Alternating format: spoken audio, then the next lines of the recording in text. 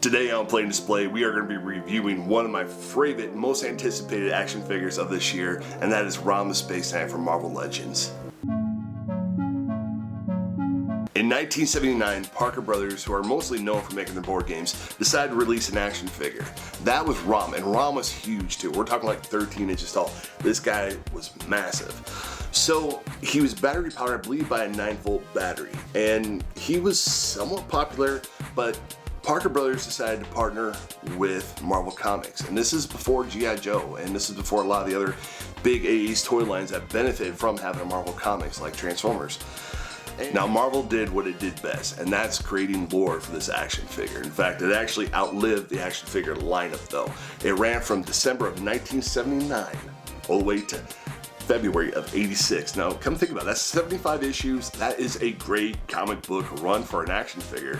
So fans loved it. Sales for the action figure, not so great. But this is why we're talking about this today. This is why it's on Marvel Legends.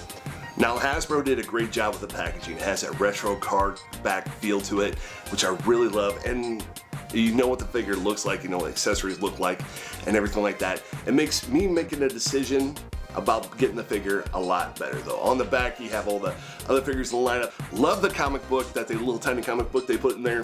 Now my first opinion of the figure though, it has great color, and the color scheme for it is really simple. That they only got to really just knock out the silvers, they got to knock out the reds, a little bit of black, but other than that though, and that 1950s sci-fi style will always be in fashion. Another thing I did like though for sure, I liked the red on the neutralizer though. The blast beams from it look very good. Very comic book, very just... I did not expect I would get this kind of great posability with this figure. What I love about the most is it has great standability though. For any figure you have, if you don't have great standability, you're gonna get a little bit of frustration with it. I mean, so my final review for ROM the Spaceknight from Marvel Legends is this.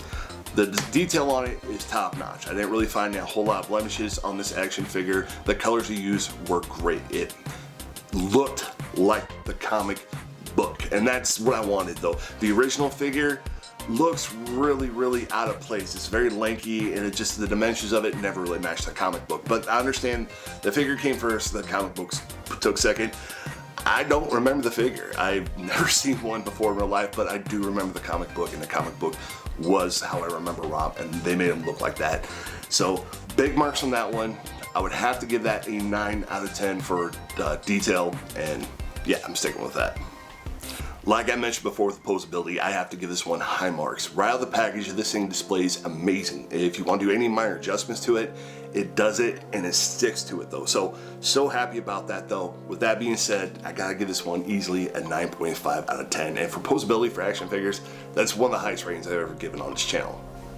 And now for the fun factor.